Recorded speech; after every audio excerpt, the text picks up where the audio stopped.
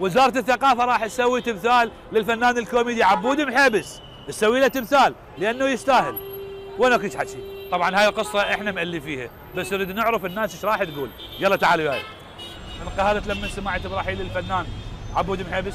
طبعا الدراما العراقية كلها خسرته، الشعب العراقي كله حزن عليه، لما ممثل كبير.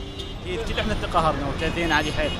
تاثرت والله العظيم وبكينا عليه، ويعني فد شيء جوهره، يعني شيء ثمين راح من يمنا. وزارة الثقافة العراقية راح تسوي تمثال للفنان المرحوم عبود محيبس. والله موافق على شيء، يعني عبود محيبس فنان مشهور، قدم اعمال يعني جيده للعراق ويستاهل ان شاء الله التمثال. الفنان عبود محيبس هو اسطوره من اسطورات العراق، ويستاهل اكثر، وجميع فنانين ان شاء الله يستاهلون، بس هو على راسهم ان شاء الله.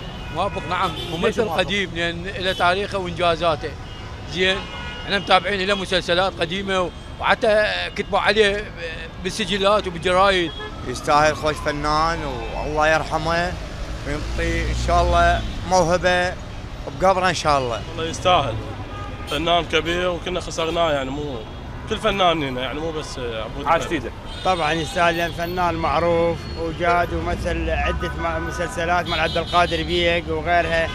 وزارة الثقافة العراقية قررت أن تشيد تمثال تذكاري للفنان عبود محيبس. يستاهل ولا ما يستاهل؟ يستاهل، فنان عريق جدا وممثل من العمالقة، الله يرحمه. الله يرحمه. ممثل قديم وقدير. تعرفت العبود محيبس؟ عرفته شلون؟ زين. ايش عنده اعمال؟ تتذكر المسلسل مالته اسد وعيون المدينه؟ اي اتذكره صح. زين، تتذكر مسلسل مالته عبد القادر بيق؟ اي كلش حلوه اي مركز.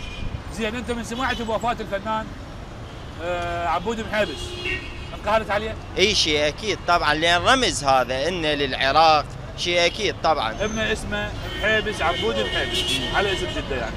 تنصحه انه يواكب نفس العمليه مع ابوه ويصير مشهور فنان معروف مثل ابوه؟ طبعا هو يمشي على خط ابوه، يعني لازم، لان ابوه شهير. لازم يكون ممثل جيد مثل ابوه، لانه هاي وراثه. انا شايف حتى يعني شايف ابنه يعني يجيب تمثيل ابوه، يجيب شخصيه ابوه، يجيب دور ابوه. وقف يابا، ماكو عبود محيبس، والمسلسل النسر وعيون المدينه، وشخصيه عبد القادر بالمسلسل، يعني ماكو مسلسل ثاني اسمه عبد القادر. في مال الله ابو سعود.